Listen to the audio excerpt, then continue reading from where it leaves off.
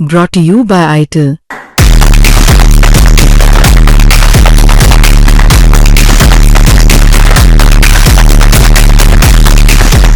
नातांज के अंदर अगर आप मेरे पीछे देख रहे हो आपको नजर आएगा ये है नातांज, यानी वो इलाका जहां पर अमेरिका ने थोड़े दिन पहले ही अटैक किया था और अभी हम उसी जगह पर मौजूद हैं। अगर आप मेरे पीछे देख रहे हो ये नातांज की वही जगह है और ये वो पहाड़ी इलाके हैं जहां से करीबन हम 2 किलोमीटर दूर हैं, 2 से 3 किलोमीटर जो न्यूक्लियर साइट बताई जाती है। और मैं इस समय बिल्कुल करीब हूं नातांज की उस न्यूक्लियर साइट्स में। देखिए पहला ऐसा चैनल जो आपको दिखाने की कोशिश कर रहा है कि आखिरकार यहाँ के ताजा हालात कैसे हैं। अगर आप देखें तो मेरे ठीक पीछे आपको वो नजर आएगा। दरअसल नातांज इतना इंपॉर्टेंट क्यों है, अगर बात की जाए तीनों न्यूक्लियर साइट्स में से, तो अगर माने तो इस्फहान हो, नातांज हो या फोर्दो हो, फोर्दो और नातांज सबसे एडवांस है क्योंकि यहाँ पर जो स्पिनर्स जो होते हैं, यानी जो यूरेनियम को प्योरीफाई या संवर्धन जो उसका होता है, जो अपग्रेडेशन होता है, वो नातांज और फोर्दो में ही सबसे ज्यादा होता है। जो स्पिनर्स होते हैं वो जो उनकी जो रेशो है या उनकी जो आप कह सकते हैं उनकी जो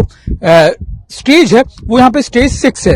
इसके अलावा जो इस्फहान है उसमें फेज 1 है, यानी वो सिविलियन का कामों के लिए इस्तेमाल की जाती है। लेकिन नातांज और फोर्दो अकेले ऐसी चीज बेसिस है जहां पर वो टाइप 4 टाइप 6 में इस्तेमाल होते हैं, यानी वो न्यूक्लियर चीजों के लिए काम किए जा सकते हैं। और आज तक की टीम आपको इन्हीं इलाकों से लगातार ये खबर पहुंचा रही है और आपको ये दिखा रही है कि आखिरकार ये कितने इंपॉर्टेंट इलाके हैं। आज तक की टीम पहली ऐसी वर्ल्ड में ऐसी टीम है ग्लोबली जो इस समय नातांज में मौजूद है और आपको यहीं से ग्राउंड रिपोर्ट भी दिखा रही है। मैं मौजूद है इस्फहान में जो ईरान के लिए सबसे महत्वपूर्ण शहरों में से एक है।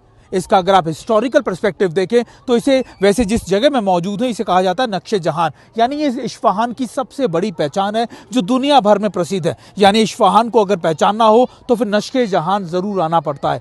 लेकिन इसका एक और बहुत महत्वपूर्ण आप कह सकते हैं कि महत्व है, वो है ये IRGC के लिए बहुत इंपॉर्टेंट जगह है। यानी यहाँ पर जो इनकी जो एरोस्पेस की जो हेडक्वार्टर्स है वो यही मौजूद है। यहाँ एयर डिफेंस सिस्टम्स हो या फिर आप कह सकते हैं कि जो उनके यूरेनियम इनरिचमेंट प्लांट्स है वो भी यहाँ मौजूद है। आपको याद होगा 2025 में जब अमेरिका ने अटैक किए थे तो इस्फहान ही दूसरी ऐसी जगह थी जिसपे सबसे ज्यादा अटैक किए गए थे। यानी पहले अटैक सबसे ज्यादा जो थे वो तेहरान में किए गए और फिर इस्फहान में। तो आप मान के चल सकते हैं कि आखिरकार ये इतनी ज्यादा इंपॉर्टेंट लोकेशन अमेरिका या फिर आप कह सकते हैं ईरान के लिए क्यों जरूरी होगी। अभी जहां मौजूद हैं ये पूरा नक्शे जहान का इलाका मैं आपको दिखाकर समझाने की कोशिश कर रहा हूं कि ये इलाका इस समय किस तरीके का माहौल यहां पर मौजूद है। हालांकि देखिए अभी यहां पर लोग बहुत आम जिंदगी जी रहे हैं, लेकिन इस्फहान में भी इस तरीके का अलर्ट जारी है कि अगर कुछ होता है तो इस्फहान को भी आप कह सकते हैं कि तुरंत रेड कॉर्नर या फिर आप कह सकते हैं इमरजेंसी में तब्दील कर दिया जाएगा। यहां पर सिक्योरिटी पूरी तरीके से मुस्तैद कर दी जाएगी